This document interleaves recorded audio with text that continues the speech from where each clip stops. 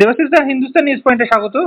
একটু আগের যে খবর, প্রাক্তন মন্ত্রী অরূপ বিশ্বাসের ভাই অরূপ বিশ্বাস অ্যারেস্ট হয়ে গেলেন তোলাবাজি এবং শ্লীলতাহানির অভিযোগে। কি বলবেন, সবে কি অ্যাকশন শুরু হলো? অ্যাকশন তো চলছেই, মানে আমাদের যে কমিটমেন্ট ছিল জনতা দেখতে পাচ্ছেন, প্রত্যেকদিন আমরা সেই কমিটমেন্ট রাখছি এবং প্রত্যেকদিন নতুন নতুন আপডেট ওনারা পাচ্ছেন।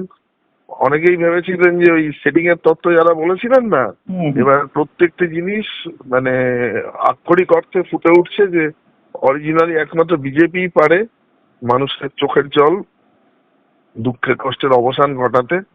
আর স্বরূপ বিশ্বাস নামক যে চরিত্রটি ছিলেন, অলরেডি তাকে আগে সিবিআই এবং ইডি বিভিন্ন কেসে উনি ওয়ান্টেড ছিলেন। কয়লা কেসে আমি যতটা জানি ওনার একবার ডাক পড়েছিল। আর সব থেকে বড় অভিযোগ যেটা ছিল, উনি এই আমাদের টলিউড ইন্ডাস্ট্রিতে যতটা নোংরামি করা সম্ভব, কোট আনকোট বলছি, নোট করে নেবেন, মানে এই টলিউড ইন্ডাস্ট্রিতে এক সময় একটা স্বচ্ছতা ছিল এবং এর মধ্যে যে যতটুকু স্যানিটি ছিল সেই জিনিসটা পুরোপুরি তৃণমূল এসে নষ্ট করেছে। এবং থ্রেড কালচার শুধু তাই নয়, যে এই কলাকুশলীদের বিভিন্ন খারাপ কাজে নামানো এবং এনাদের দিয়ে অত্যন্ত বাজে বাজে কাজ করানোর এই যে কালচার, এইটা উদ্যোক্তা বলতে পারেন স্বরূপ বিশ্বাস। এনারা বিভিন্ন ভাবে বিভিন্ন সময় বিভিন্ন অভিনেতা অভিনেত্রীকে বাধ্য করেছেন যে তাদের যে কাজটা তাদের করা নয় বা যেটা করা উচিত নয়, এই ধরনের কাজে জড়িয়ে পড়তে পড়তে বলাটা ভুল হবে। তো এবং বিভিন্ন খারাপ কাজ না করলে এরা কখনো কাজ পেতেন না, এই ধরনের অভিযোগও বিভিন্ন সময় উঠে এসছে। মানে কতটা, মানে এটা শুধু দেখছেন তো, মানে কলেজ বলুন, বিভিন্ন শিক্ষাক্ষেত্র শিক্ষাঙ্গন থেকে আরম্ভ করে যে কালচার তৃণমূল চালু করেছিল, এই ফিল্ম ইন্ডাস্ট্রিও তার থেকে বাইরে ছিল না।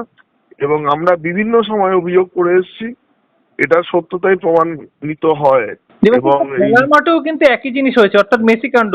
এই স্বরূপ বিশ্বাসের দাদা অরূপ বিশ্বাসের এফআইআর এ কিন্তু পুলিশ গ্রহণ করে নিয়েছে।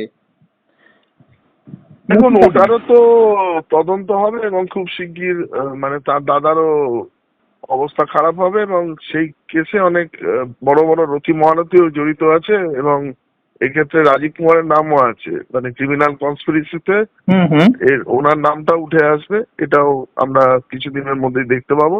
তবে এটুকু বলতে পারি যে আমাদের ফিল্ম ইন্ডাস্ট্রি, মানে আমাদের একটা গর্বের বিষয় ছিল, যেখানে উত্তম কুমার, সুচিত্রা সেন, সুপ্রিয়া দেবী থেকে আরম্ভ করে সাবিত্রী মিত্র, আমাদের সৌমিত্র চট্টোপাধ্যায়, শুভেন্দু, মানে একের পর এক অতীত যশা শিল্পীরা রয়েছেন যারা কিন্তু মানে যাদের নাম এক সময় পুরো ভারতবর্ষ জানতো।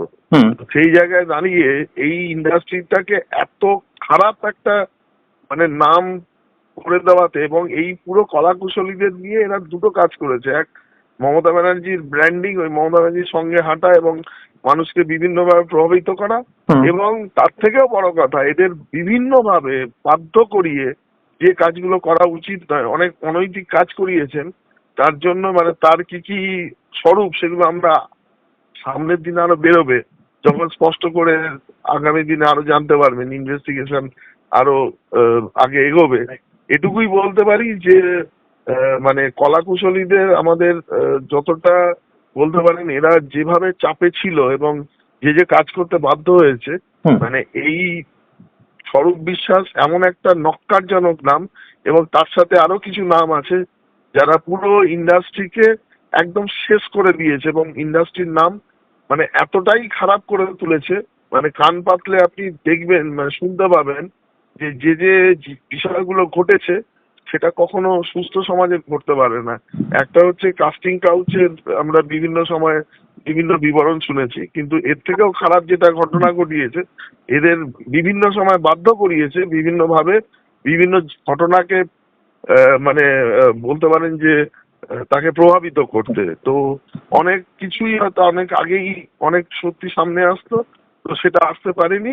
এবার অনেক সত্যি সামনে আসবে, মানুষ জানতে পারবে এরা কতটা নোংরা ছিল মানে নোংরামির যে চূড়ান্ত লেভেল যেটা হতে পারে, এরা সেইটাকেও ছাপিয়ে গেছে। এদের জন্য কোনো পানিশমেন্টই যথেষ্ট নয়। মানে ঈশ্বরও এদের কোনোদিন ক্ষমা করবে কিনা আমি জানি না।